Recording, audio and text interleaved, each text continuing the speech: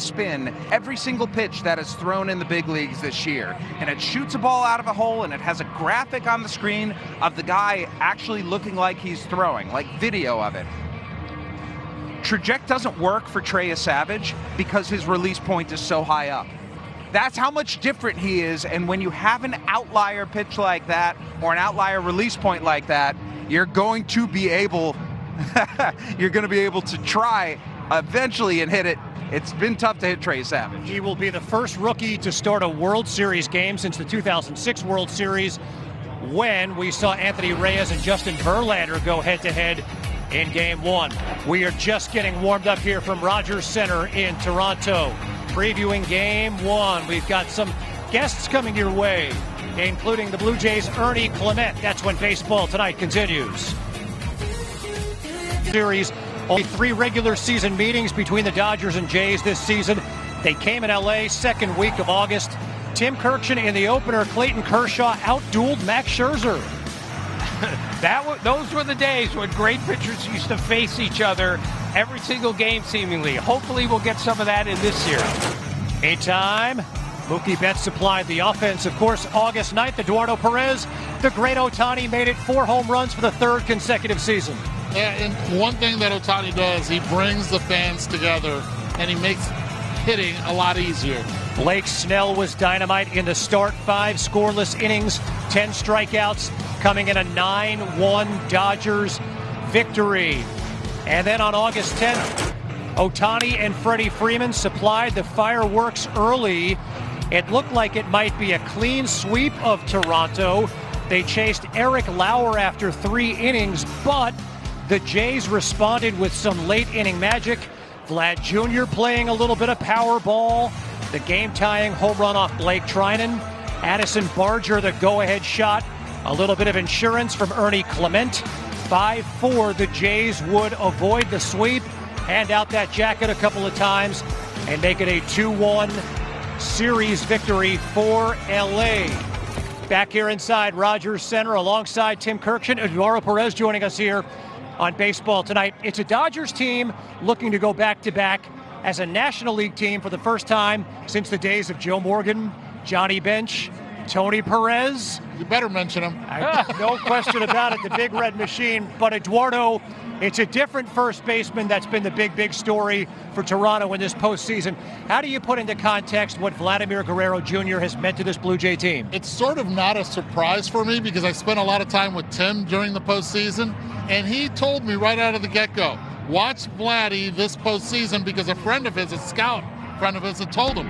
Now, this is great. And I want Ernie Clement, who just joined us right here, to talk a little bit more about what we have seen from Vladimir Guerrero Jr. during this postseason. How special has it been? It's amazing. It's fun to watch. I'll tell you what, it's easy to get on his shoulders and just let him do his thing, and we just kind of follow his lead. Ernie, he's got 19 hits and 6 homers in this postseason and struck out 10 times. How do you explain that? Yeah, you really can't. That's got to be the best of all time, best postseason performance I've ever seen, that's for sure, watching on TV or being a part of it. So he's amazing. But your performance has not been bad at all either. I mean, it started off in the ALDS. You guys are playing against the Yankees, and you're turning it on. You're aggressive at the plate. You continue to just see the ball. And with 2 strikes, you've been great. You've been keeping everything up the middle. What's your mindset with 2 strikes? Yeah, I mean, I just keep it simple. We're trying to wear down starters and just make it really difficult on them. Just keeping the approach simple has been great for me. I'm just trying to get on base for the big guns and let them do their thing. So, hopefully we can keep doing that. Hi, Ernie, Bo Bichette is playing second base tonight. You are an elite second baseman and an elite third baseman. What have you told him about what he's up for tonight? He hasn't played second base since 2019, and that was in the minor leagues. Yeah, I just told him to trust his instincts. He's a ball player through and through. Obviously, he's a great hitter, but I think his defense has come a long way, and we trust him over there. I think he's going to be awesome, and just kind of let the adrenaline take over. Ernie, you led the major leagues in defensive runs saved this season. How do you describe the identity of this team? Yeah, I mean, we're grinders. We're out there trying to do the little things right, and I think we've done a really good job of that. We run the bases well. We play good defense, and we just make it really tough on pitchers with our little old school approach. Okay, you guys faced Blake Snell earlier in the year. You had 2 at-bats against him in LA. What are the challenges facing Blake Snell tonight? Yeah, I think he struck me out twice. So I don't want to say that. Yeah, I don't want to go there, but you did. I got him. I got a knock on him my 3rd at bat, but those first 2, he made me look like an idiot. I threw my bat into the Dodgers dugout on a changeup. So hopefully I can see the ball a little bit better tonight. Ernie, back to defense for the minute.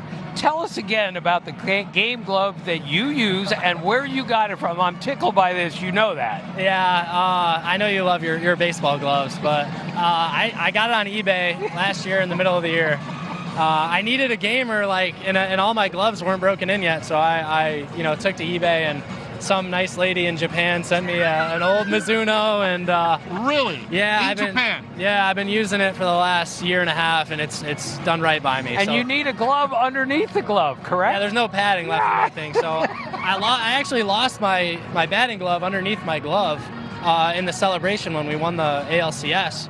And I've been looking everywhere for it. The last couple of days, I haven't used the glove underneath, and my hand's killing me. The Bruce Bolt one? Yeah. My really? hand's killing me, but I found it. They found it in the clubhouse somewhere, so we're good to go. We're good to go. Good to go for tonight here.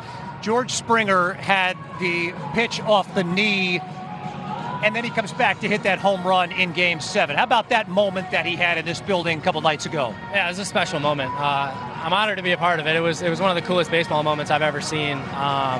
Just the emotions, the how he bounced back after getting smoked in the knee with 97 or whatever. That couldn't have felt good. So it's just cool to see him dig deep, and he's built for those moments. Ernie, what has this place been like for the last 3 months, but especially the last 6 weeks?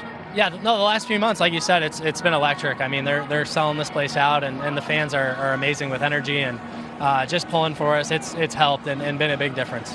Can you turn around real quick and show what the jersey that you're showing, as we see right now George Springer doing the breakdown, but you see the Bichette right there. Yeah. Now, is that from that giveaway, and you use it every time for workouts? Yeah, I've been working out, and ever since he got hurt, we need a little piece of Bo with us. So he's the heart and soul of this team. So to have him back is huge, and I just kept this on. It's been good luck.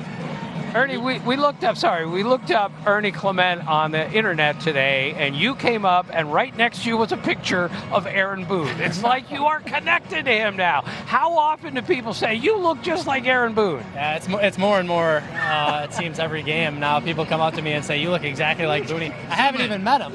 Zoom in right here. Let's look straight into that camera right there. Yeah, just straight in. Bring it in.